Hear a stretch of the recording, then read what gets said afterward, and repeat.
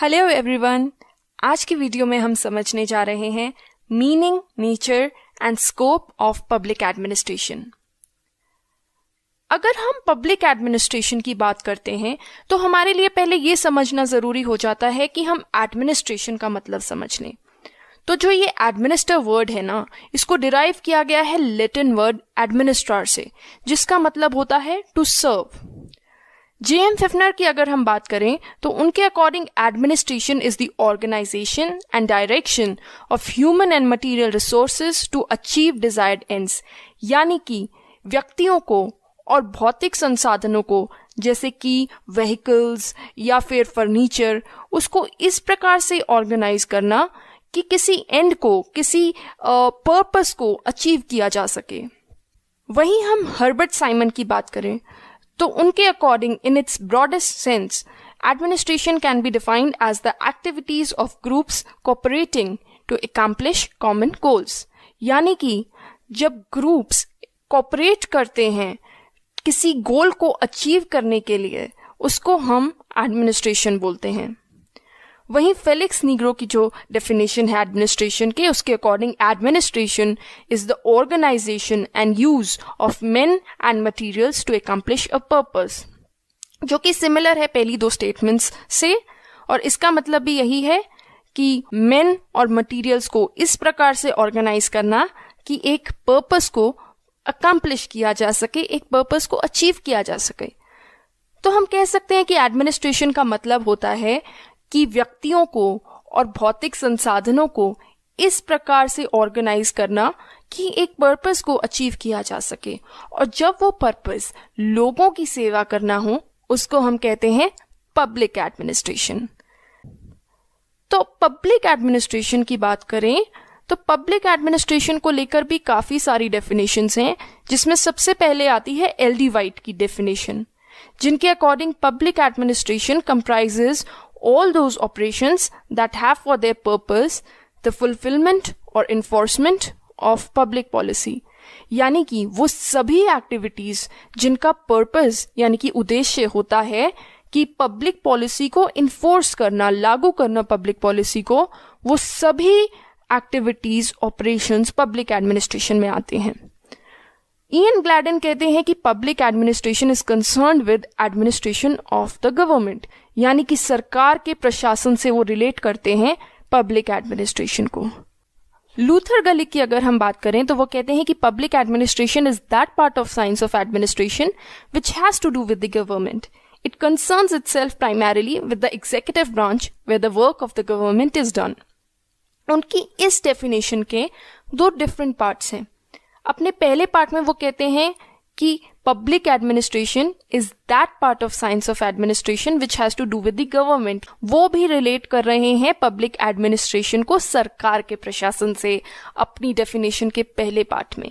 और वहीं दूसरे पार्ट में वो कहते हैं कि it concerns itself primarily with the executive branch, यानी कि वो पब्लिक एडमिनिस्ट्रेशन को रिलेट कर रहे हैं सिर्फ और सिर्फ एग्जीक्यूटिव ब्रांच से, यानी कि जो कार्यपालिका होती है ना सरकार की, सिर्फ वो जो है, सिर्फ एग्जीक्यूटिव ब्रांच की एक्टिविटीज ही पब्लिक एडमिनिस्ट्रेशन का पार्ट है।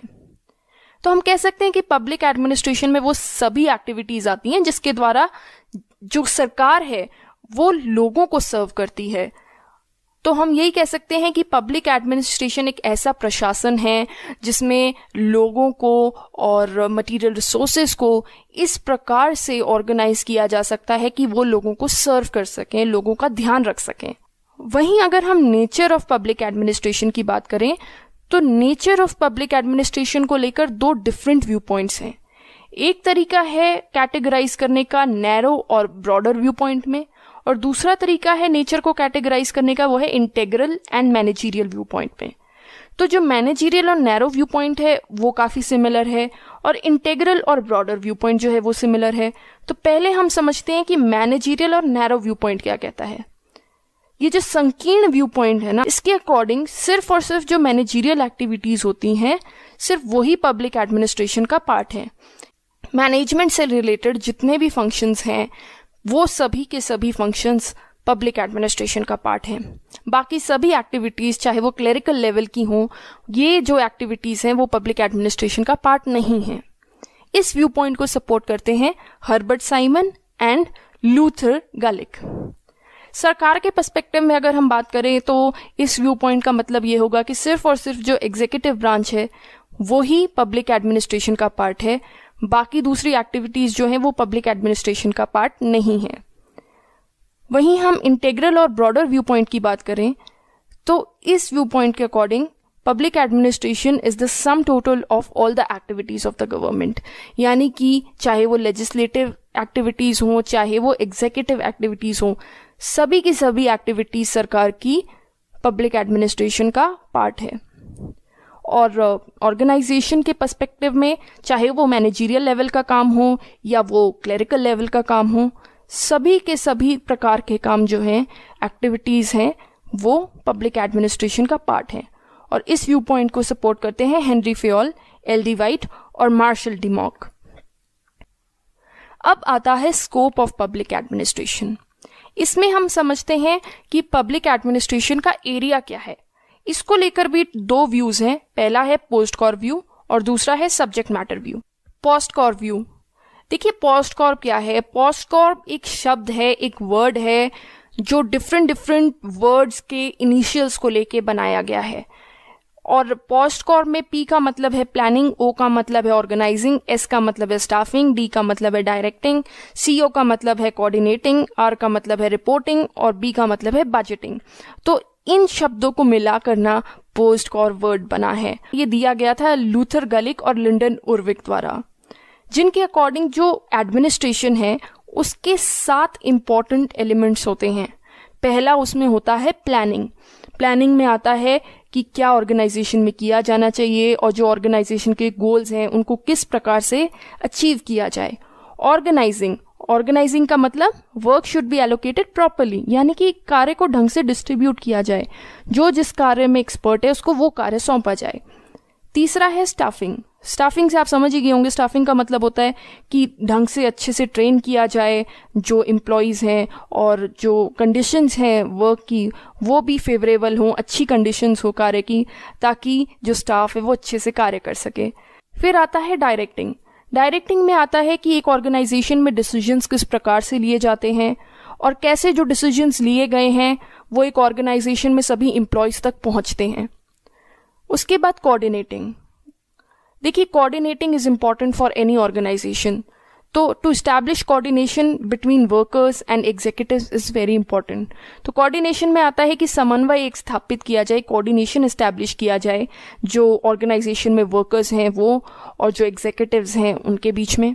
फिर आता है रिपोर्टिंग। रिपोर्टिंग में आता है कि रिपोर्ट्स कैसे प्रिपेयर की जाती हैं और जो रिपोर्ट्स प्रिपेयर की गई हैं उनको एक सबऑर्डिनेट सुपीरियर को किस प्रकार से रिपोर्ट करता है। फिर लास्ट आता है बजटिंग। बजटिंग में आप समझ ही गए होंगे, इसका मतलब है कि ऑर्गेनाइजेशन अपना बजट किस प्रकार से प्रिपेयर करती है, कैसे वो अपने फाइनेंसेस का ध्यान रखती है, कैसे वो उनको प्लान करती है, कैसे वो ध्यान रखती है अपने एक्सपेंडिचर्स का और जो उनकी इनकम हुई है उसको कैसे ध्यान रखती है। तो ये सब जो है ये बजटिंग में आता है। अब सब्जेक्ट मैटर व्यू क्या कहता है? ये कहता है जो पोस्ट कॉर्प है ना, ये तो सिर्फ टेक्निक्स हैं और टेक्निक्स को स्टडी करना काफी नहीं है पब्लिक एडमिनिस्ट्रेशन की स्टडी के लिए। तो subject matter view is subject oriented rather than technique oriented. Why? क्योंकि every subject has a different concern and the way of functioning which should be studied. हर सब्जेक्ट का एक डिफरेंट कंसर्न होता है और एक डिफरेंट वे होता है फंक्शनिंग का जिसे हमें स्टडी करना चाहिए। कैसे? जैसे कि आप समझिए कि 2 डिफरेंट डिपार्टमेंट्स हैं, एक तरफ हम लेते हैं हेल्थ डिपार्टमेंट को और दूसरी तरफ हम लेते हैं एजुकेशन डिपार्टमेंट को। अब हेल्थ डिपार्टमेंट के जो कंसर्न्स हैं वो ये होंगे कि कैसे सभी तक वैक्सीन्स पहुंचाई जाएं, और एजुकेशन डिपार्टमेंट जो है उनके कंसर्न्स होंगे कि ज़्यादा से ज़्यादा लोगों को एडुकेट कैसे किया जाए। तो ये अलग अलग कंसर्न्स हैं।